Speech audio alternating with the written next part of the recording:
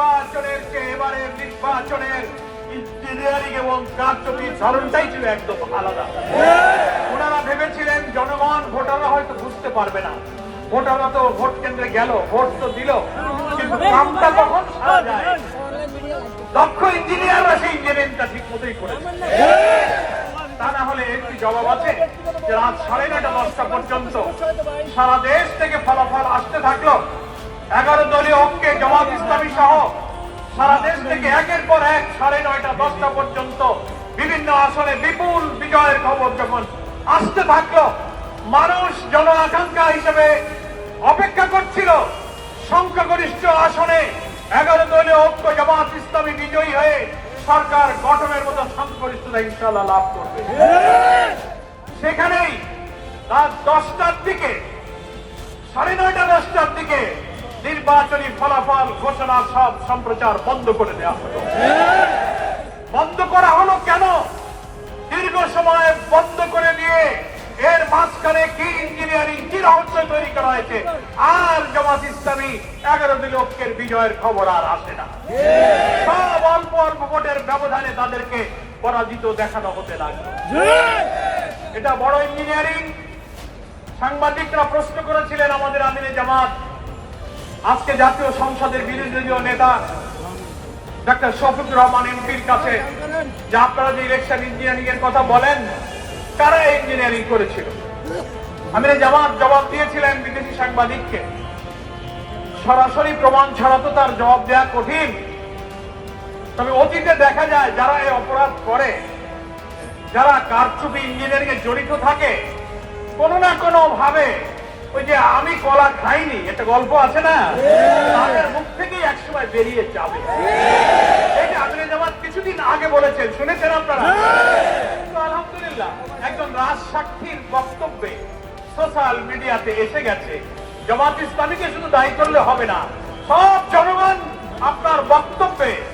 রিজওয়ানা হাসান, সম্মানের সাথে আপনাকে বলতে চাই, আপনি কি সাবেক অন্তর্বর্তীকালীন সরকারের উপদেষ্টা ছিলেন, আপনি আপনার বক্তব্যের অডিওটা, ভিডিওটা আপনি বারবার দেখুন। আপনি কি বলেছেন? আপনি তার প্রতিবাদ এবং চারিদিকে যখন বিক্ষুব্ধ সমালোচনা, অভিযোগ, তদন্তের দাবি উঠলো, আপনি সেটাকে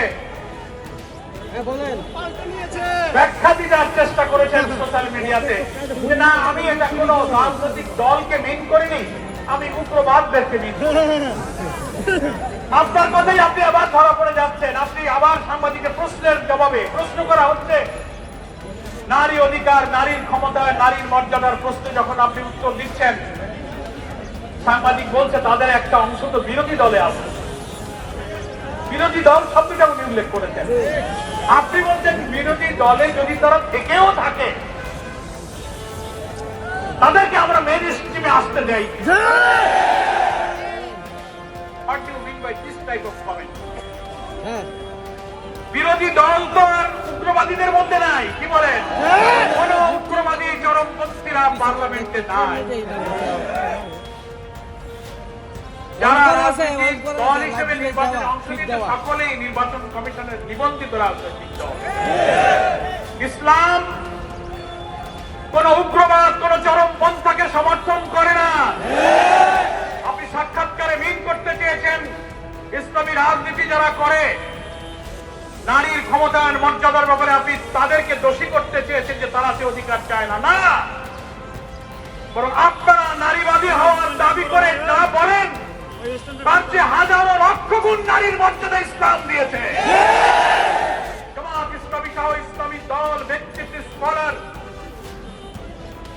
মহান আল্লাহ তাআলা কোরআন মাজিদে আমাদের নারীদের যে অধিকার এবং সম্মানের কথা বলেছেন, প্রিয় নবী মুহাম্মদ মুস্তাফা সাল্লাল্লাহু আলাইহি ওয়াসাল্লাম হাদিস শরীফের মধ্যে বিদায় হজের ঐতিহাসিক ভাষণে নারীদের যে মর্যাদার কথা বলেছেন, আপনাদের কোন সিডও, কোন আন্তর্জাতিক সংস্থা আমাদের মায়েদের এই মর্যাদা, আপনাদের কোন দর্শন, কোন তত্ত্ব, কোন সংস্থা তা নিশ্চিত করতে পারেনি।